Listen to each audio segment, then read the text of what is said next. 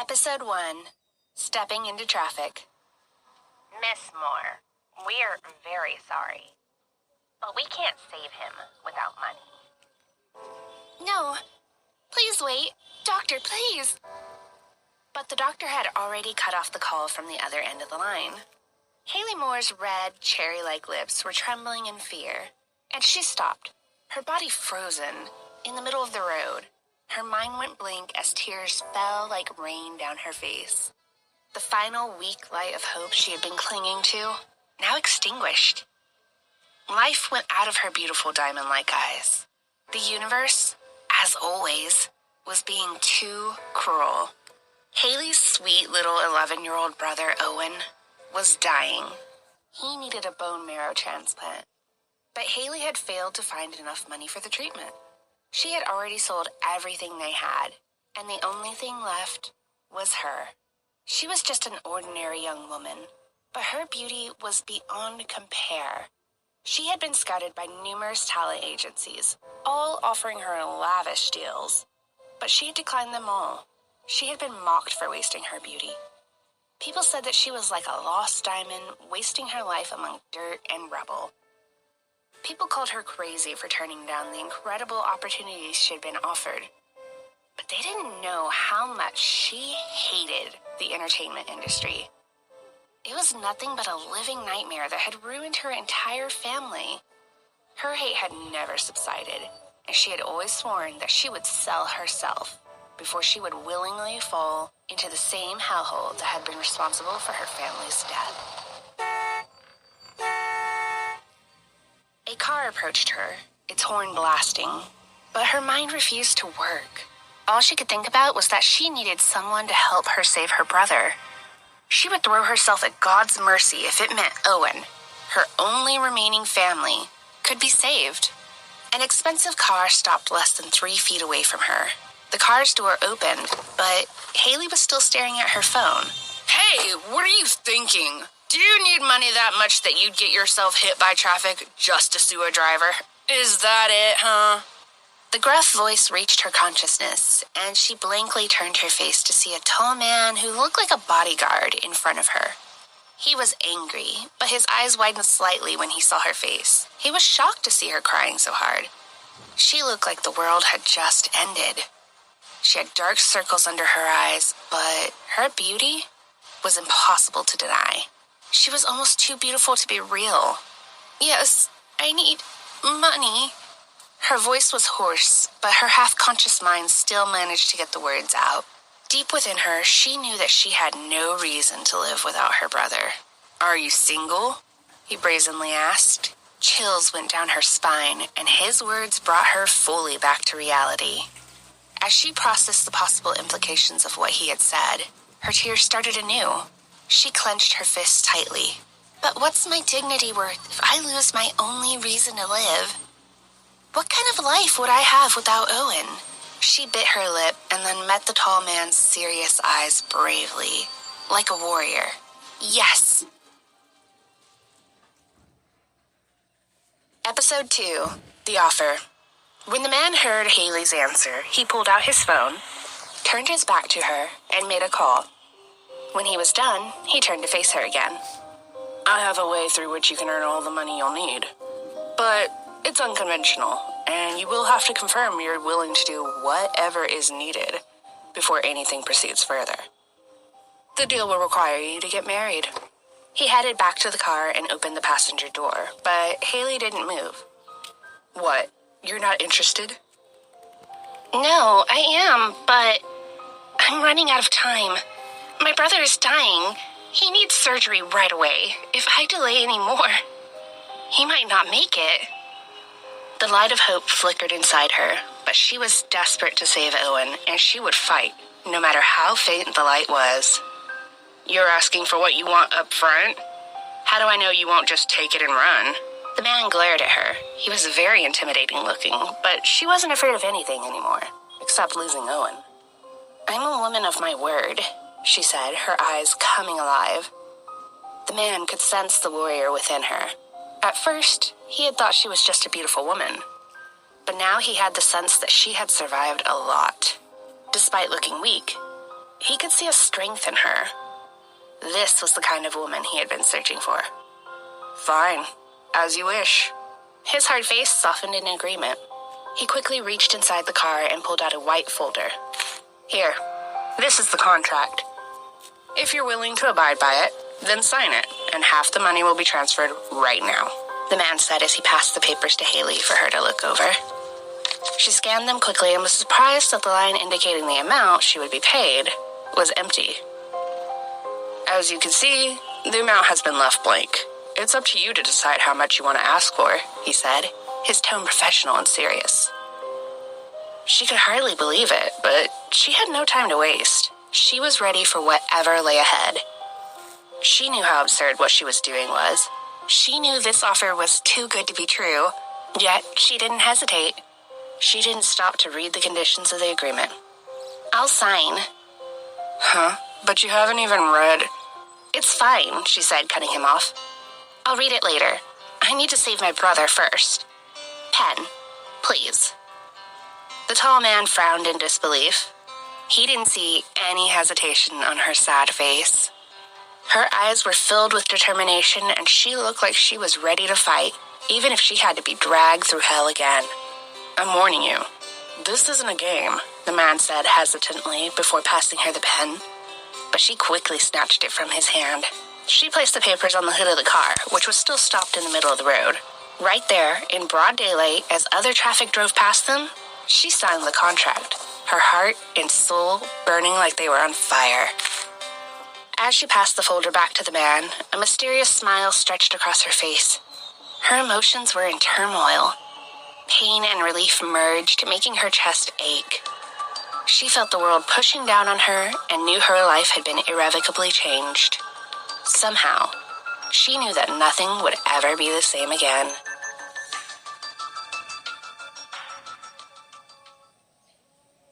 Episode 3. A Wedding for One.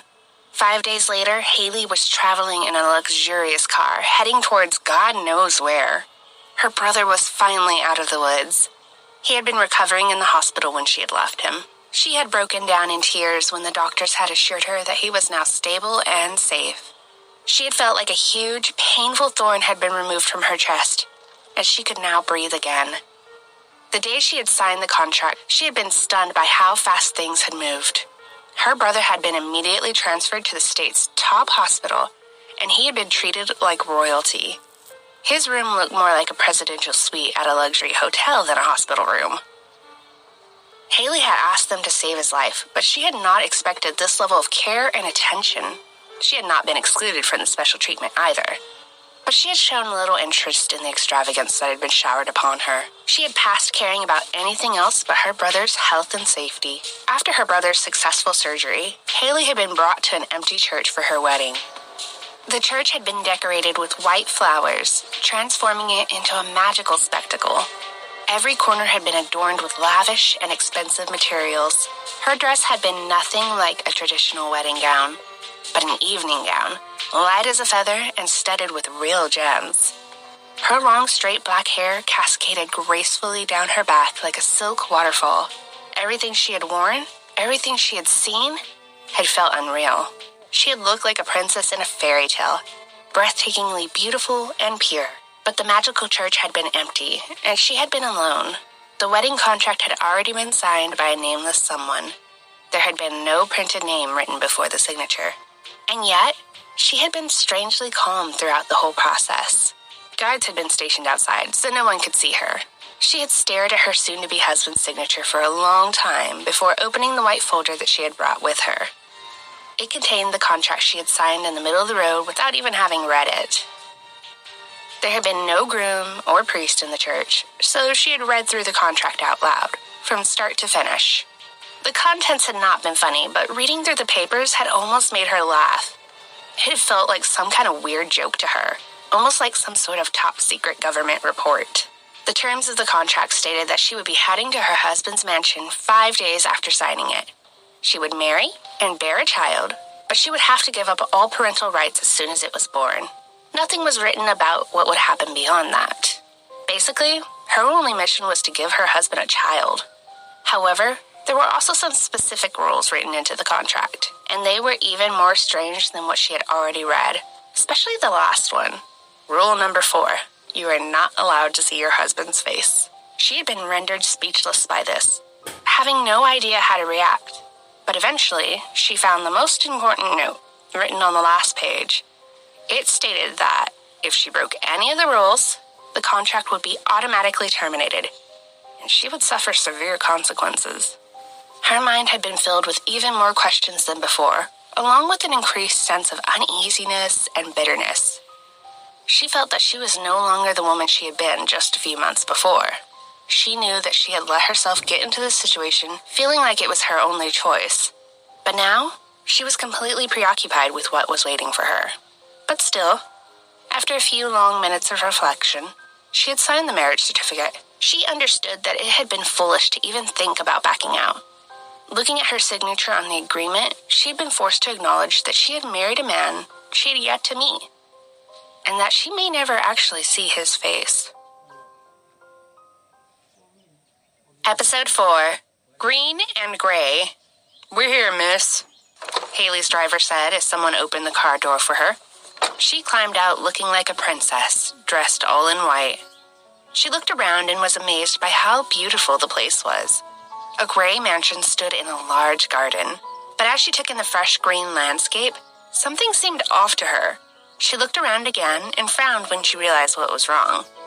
There were only 2 colors on the entire property, green and gray. There weren't even any flowering plants to be seen. Haley was mystified, but before she could wonder about it for too long, she saw the bodyguard, who she now knew was called Tyler Clark, approaching her, accompanied by a dignified-looking old man in his 70s.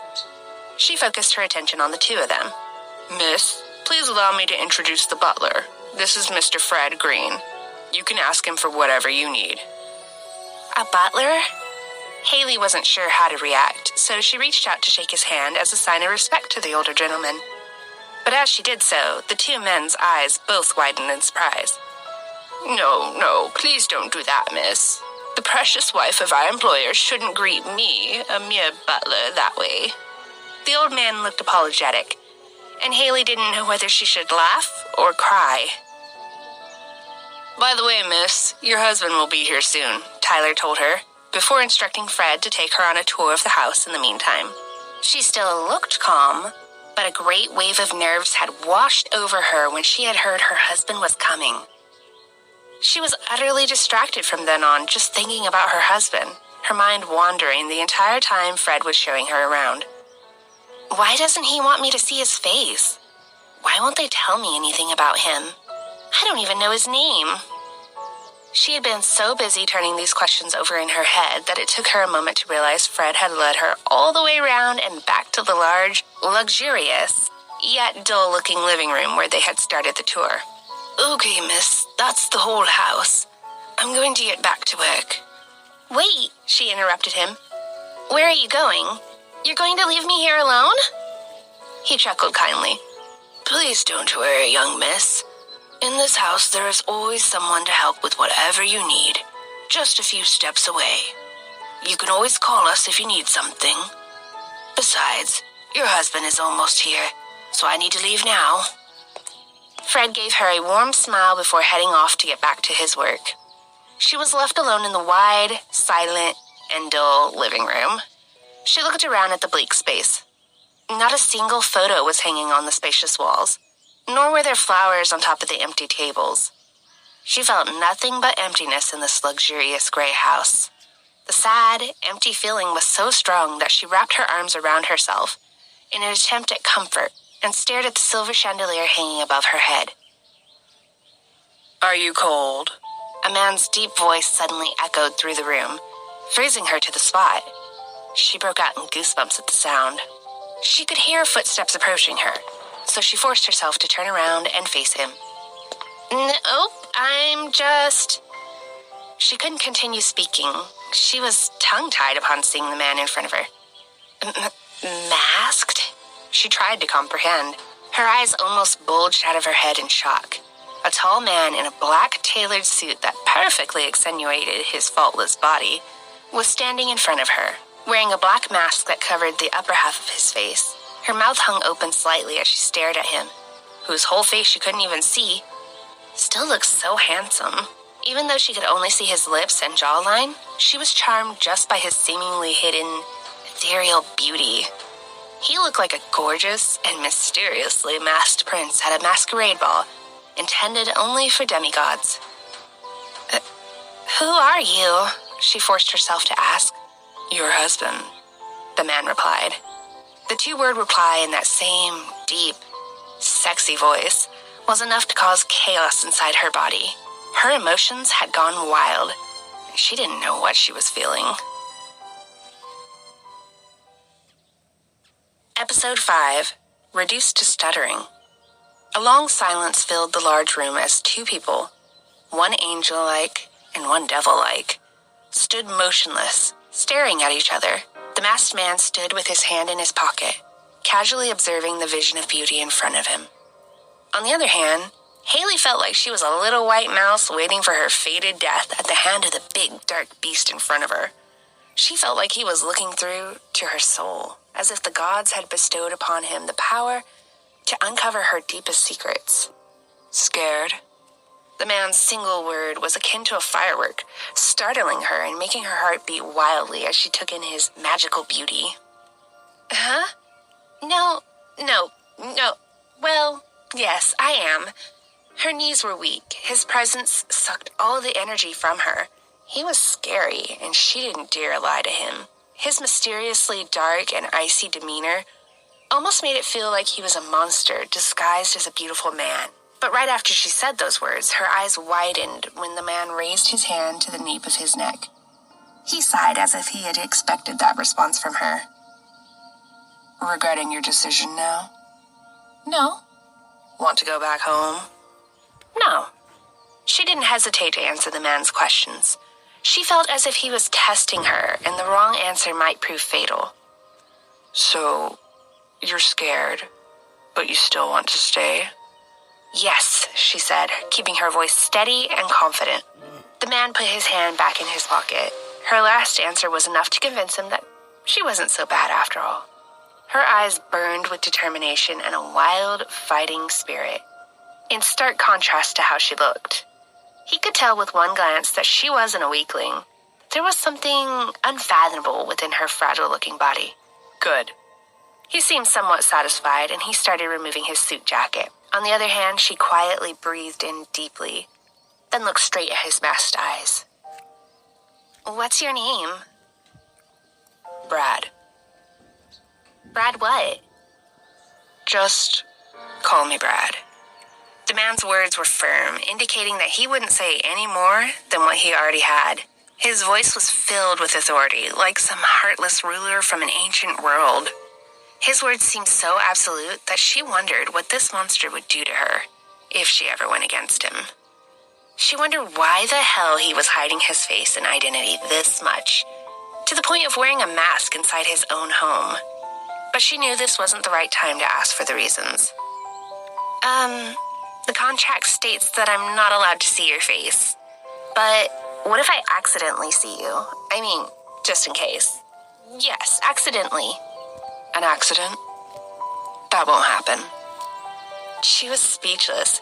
How can he be so sure? Does he see himself as some kind of god? But how about at night? Are you going to sleep wearing your mask? She felt like her questions sounded somewhat stupid and probably amusing to him, but the man didn't reply. Instead, he quietly slipped his hand into his pocket and took something from it. He held his hand out to her. Haley stared at the red cloth in his hand, confused. You'll wear this every time we're in bed. Her mouth hung open when she realized what it was. It was a red blindfold. Wait, what? Seriously? I'm going to sleep blindfolded from now on? Are you kidding me? This is insane. She couldn't believe what he had said. She didn't know how to react. She was completely out of words. She might have already kicked him in the balls for saying such absurd things. But he was him. She knew at first glance that he was nothing compared to all the men she had met before. She could sense that he was the definition of the word danger, and his words were nothing less than absolute orders.